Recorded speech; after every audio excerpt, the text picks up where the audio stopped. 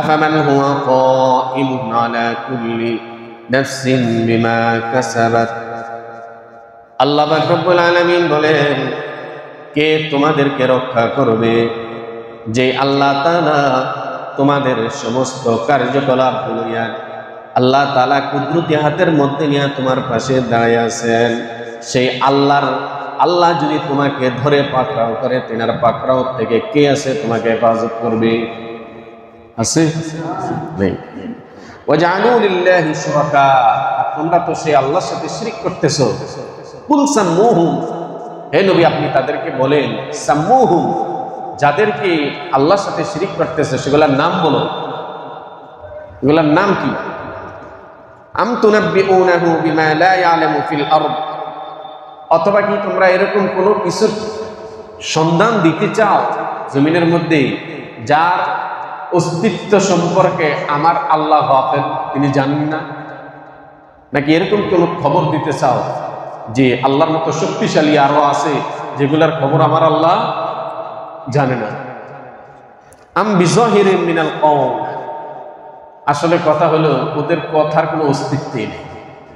এগুলো হলো সব ভাষা কথা, এগুলো শুধু কোন রকম মুখ দিয়া বের করতেছে, এসব কথার কোনো অস্তিত্ব নেই।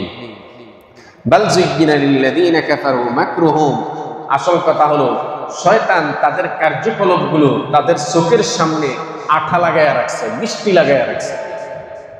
নাফরমানি কাজগুলো কিন্তু বেশি মজা লাগে।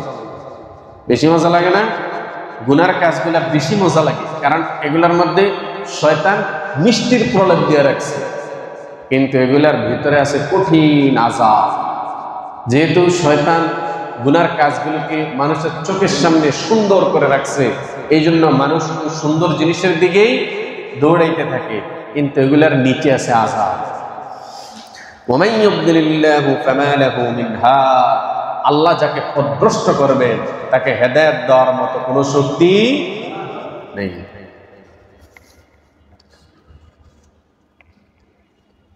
তো এই সমস্ত লোক যারা নাকি রাসূলদেরকে নিয়ে মজা ঠাট্টা করে, যারা আলেমদেরকে নিয়ে মজা ঠাট্টা করে, এই সমস্ত লোকগুলোকে আল্লাহ তাআলা বলতেছেন, লাহুম আযাবুন ফিল হায়াতিদ দুনিয়া ওয়া লা'যাবুল আখিরাতি আশাক।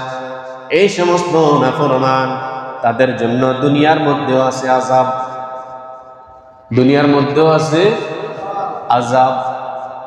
যদি নাকি হায়াতে জিন্দেগিতে কোনোদিন বিপদে না পড়ে, তারপরেও আযাব আছে। আছে না? আছে। রোগ যখন কবজ করবে, গোটা শরীর থেকে রোগটাকে টেনে টেনে বের করবে, এরকম শাস্তি পাবে। হাদিসের মধ্যে আছে এরকম শাস্তি পাবে মওতের সময়।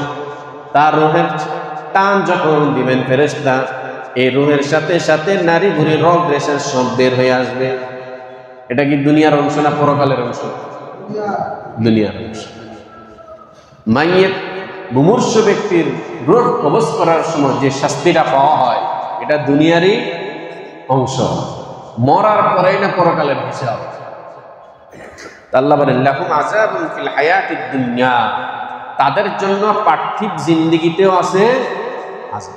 এই তো গেলে এক রকমের আযাব, এছাড়া আরো কত রকমের আযাব দুনিয়ার মধ্যে আছে। কোন কাফের কি সুখে আছে? কোন কাফের সুখে নেই। প্রকৃত সুখে মুসলমানরাই আছে, প্রকৃত সুখে মুসলমানরাই।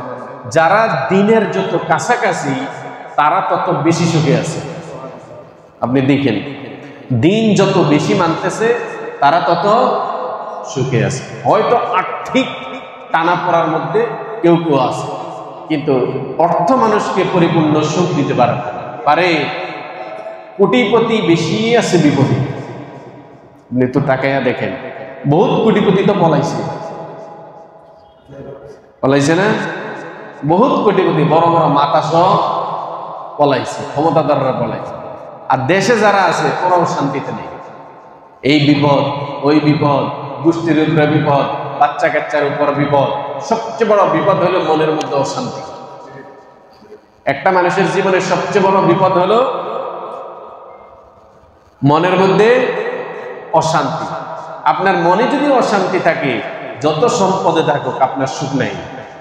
আর মনের মধ্যে যদি শান্তি থাকে, আপনার সুখ যদি একটু কমও হয়, শারীরিক সুখ যদি একটু কমও হয়, আপনি দেখবেন আমরা আব্দুর রাজ্জাকের মতো শুইলেই ঘুম,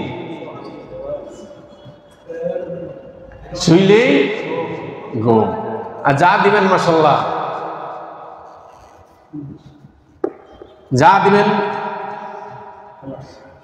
কাবাব, কিন্তু পয়সাওয়ালা লোক এটা নিষেধ, ওইটা নিষেধ, এই ওই মাসালার কোনো শেষ নেই।